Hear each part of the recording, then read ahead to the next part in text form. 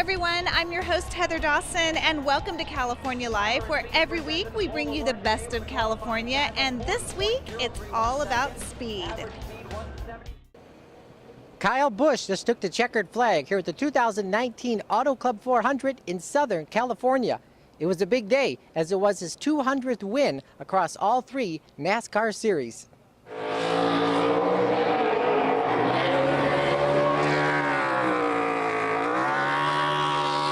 It's just been a crazy ride, and to get 200 here today at Autoclub Speedway is pretty cool. I mean, to bookend number 1 and 200 here at the same place, it's kind of crazy. On the same asphalt, this place hasn't been repaved, so that's been pretty cool as well too. And just being able to win, that's what it's about.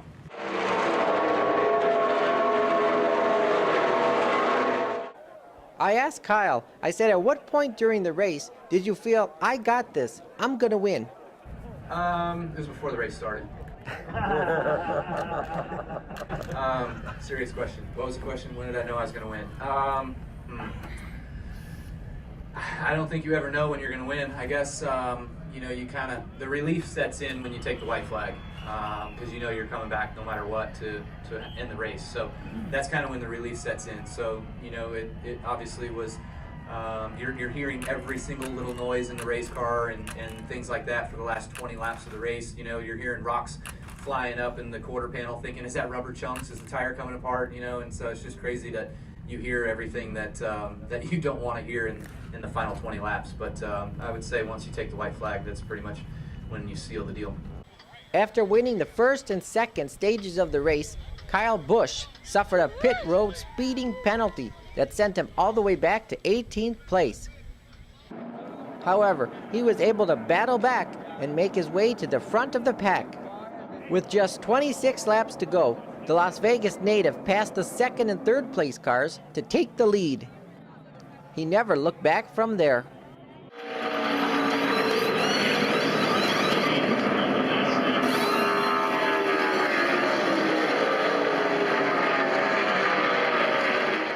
Pole winner Austin Dillon finished the race in 10th place. Meanwhile, last year's winner, Martin Truex Jr., ended up in 8th after starting all the way back in 27th.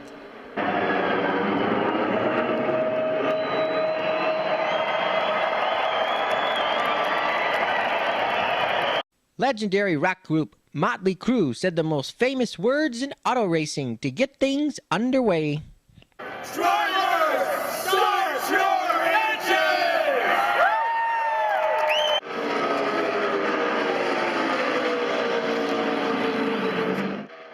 Meanwhile, Joey Logano finished second, and he was followed by Brad Keselowski in third, Kevin Harvick in fourth, and Ryan Blaney in fifth.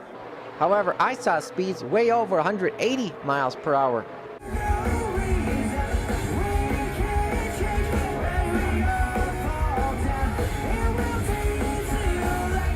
That's Canadian rock group Sum 41. They performed a free pre-race concert at the track. Racing fans that I spoke to said they loved the Autoclub Speedway in Southern California. It was perfect. It was perfect. Because Kyle won. That's all. Who's your favorite driver? Oh, Kyle. Rowdy all the way. Now, why do you like him? Oh, he's got the attitude and he's got the talent to back it up, too.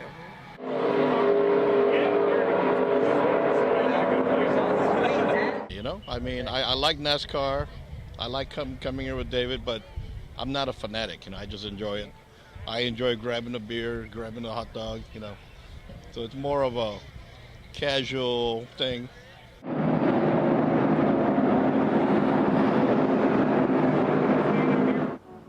Bringing you the best of California from the Autoclub 400 in Fontana. I'm Jason Rosidlo for California Life. And now we head to the Sahara Desert, where a group of women go on a very interesting race. Here's Marco Gutierrez. The Sahara Desert's terrain is mountainous with rocky plateaus and sand dunes that put the all-women competitors of the Rally Asia de Gazelles cutoff from the rest of the world. However, it's not only the participants who embark on this unique human adventure. Photographers and journalists who are here to tell their story also get to experience the thrill of this event.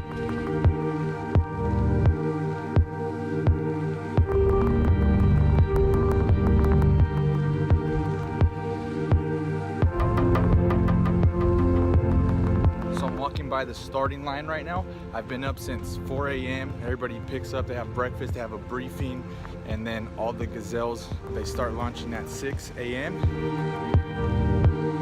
As journalists, we join forces with experienced drivers to take us into the Moroccan desert. Taxi! The driver has arrived. And we're off to face the same challenges of each day. You never get used to producing in these kind of elements because it's constantly throwing new challenges at you, which is part of the appeal, I suppose.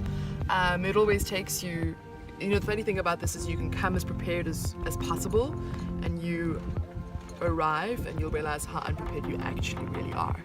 So we're trying our best to identify certain teams and follow them, but to a large degree their routes, what happens, and the extent to which we can follow them is very difficult to control.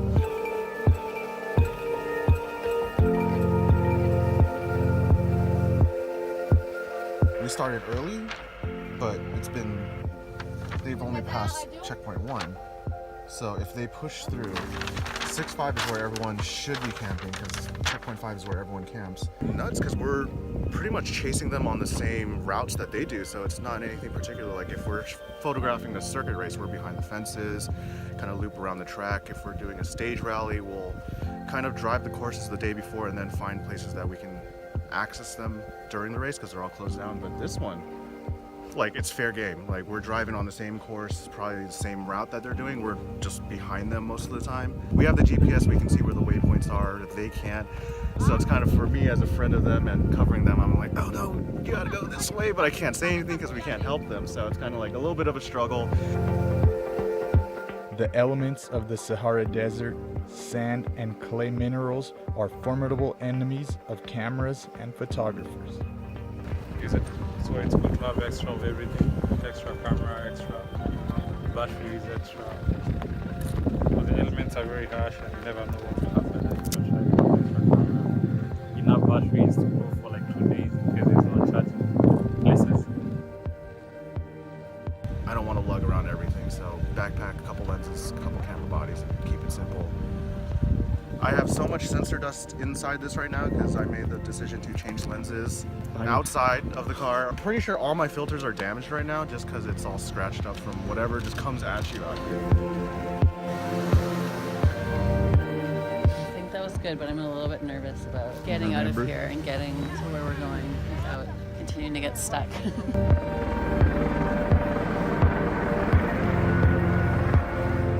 The rally is an event based on values, like perseverance and determination. And like the women who are brought together in this event, we also found ourselves united by these shared values, realizing there are no strangers here, only friends you haven't met yet. Yeah, cheers. Thank you very much. Oh, you give me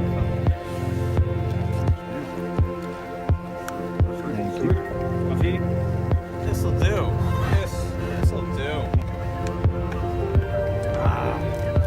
I think it tastes better because it's in the Sahara Desert.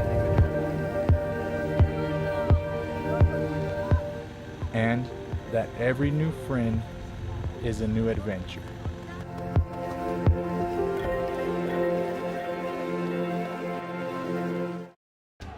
Stay with us as we sit down with one of the legends in the racing industry right here on California Life. Don't go away.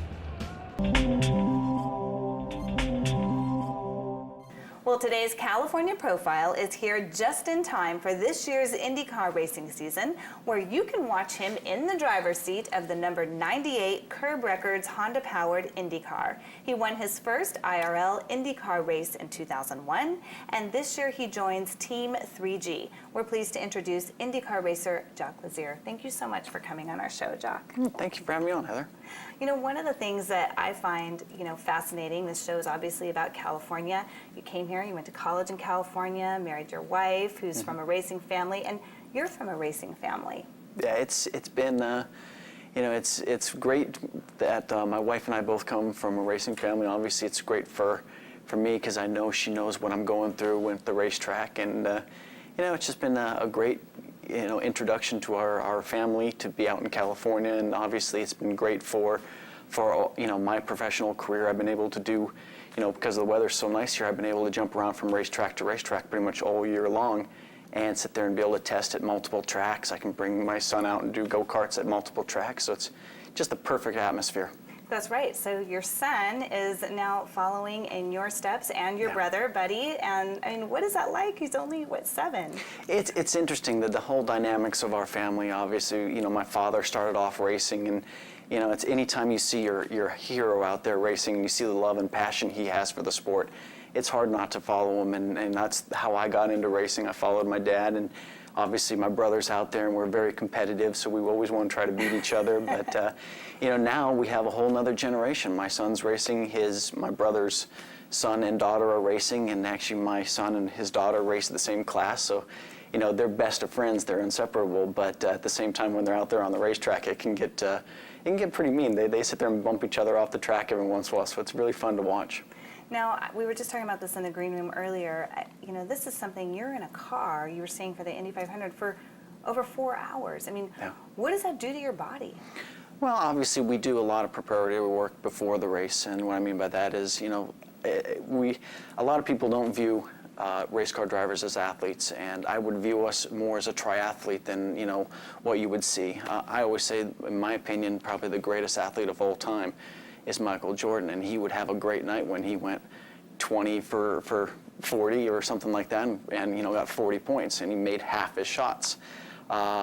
At 220 miles an hour, you're traveling the length of a football field every 7/10 of a second, and you can't only afford to make half the turns because the wall never loses. So you always have to be for 4 hours on a longer race and 2 hours on a shorter race.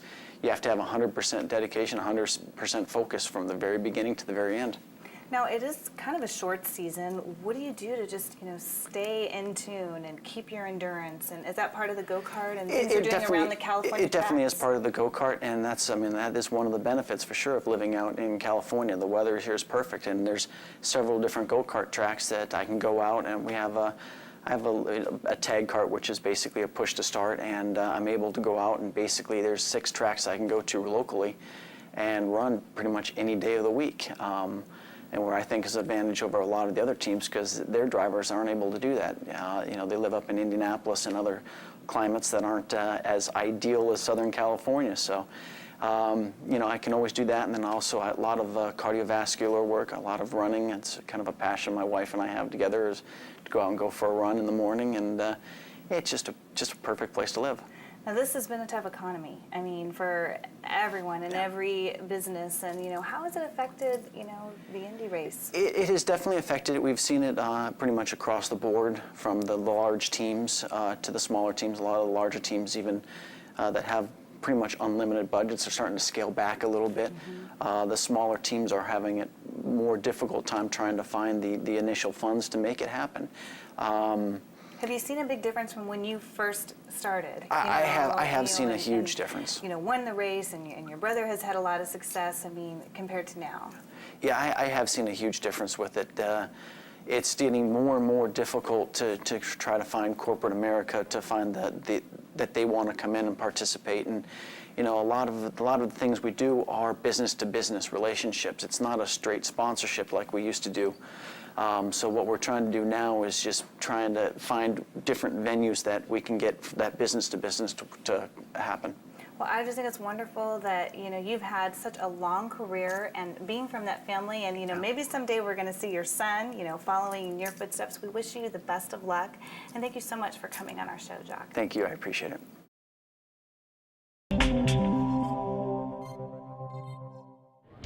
And now J.R. Ibarra is going to show us one way that you can let loose on the racetrack. If the idea of getting as wild as you can with your car appeals to you, then Thursday night drift at the Adams Motorsports Park in Riverside is what you might be looking for. Every week, gearheads young and old flock to this event and get a thrill by seeing who can keep their car sideways with tires blazing. Most of these drivers are pure amateurs who are searching for that adrenaline rush in a very controlled and inexpensive setting. And while professional drifters might get some more fame and glory, these racers are just as thrilled to get a chance to participate in this very popular sport. How long have you been drifting? 7 years. What do you love about this? It's everything I love about racing, all put into one. Lots of tires, yeah, crashes, fast cars. It's the best. I love drifting. Best thing in the world. What do you love about it? Just the adrenaline rush. It's so much fun, and just trying to learn and get my car tuned right. This weekly event isn't just for the wannabe drifter. Even full-time professionals like Sam Hubinet will bring out his high-horsepowered Viper and give the fans a thrill, while at the same time getting some more time to practice his technique, which he uses all across the globe in professional drifting. We thought it was going to be a good idea to come out and just get my drift mode back in track. We have a big event coming up next week. It's really close to our shop. Basically just kind of make sure the car runs good and get myself into a little more of a drift mode. Thursday night drift is a fairly cheap thrill when you consider it only costs about $20 to take your car out and get it sideways. But you also have to include that extra money it might take to replace a tire or two after the evening of fun. Bringing you the best of California and really burning some rubber. From Riverside, this is J.R. Ibarra. A world premiere fitting for the big top. Ladies and gentlemen, girls and boys, let's get ready for Dumbo!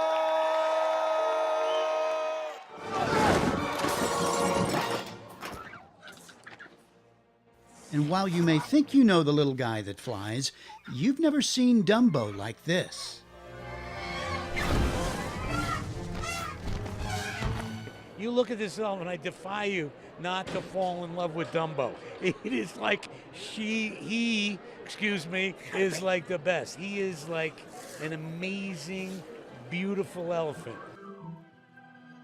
What is that? So I love Dumbo because I was just, something about the image of a flying elephant, which is very symbolic of so many feelings and so many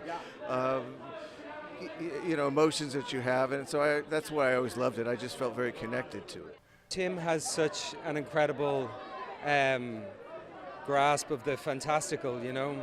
He always, as an audience member, lifts me up and takes me somewhere to be a part of that kind of vision. He also has an understanding of the outsider, and Dumbo is the quintessential outsider, you know, somebody who's not accepted because of the way they look, who's maligned and shunned, and so the message in this film is one of, it's beautiful to be a part of because it's one of inclusion, it's one of not just accepting difference but celebrating difference, and that message never gets old, you know. Yeah, I mean, I think there's nobody better than Tim to tell that story because he truly understands the outsiders, people who don't fit in, so yeah, perfect. It talks about people's differences, it talks about family in all its weird forms, and it talks about finding yourself, and if you have either a mental or physical kind of disability or people think you look weird, sometimes you can use those things to an advantage and to a beautiful effect. Fly, little one. Burton's high-flying, breathtaking visual storytelling captures the wonder of something more than unique. Dumbo defies the senses.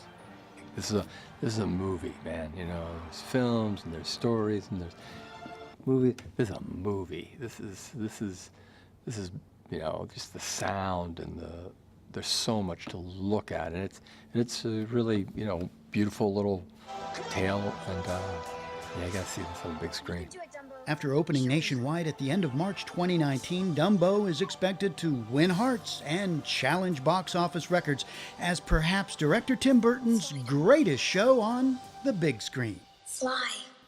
Bringing you the best of California, I'm Brad Weber for California Life.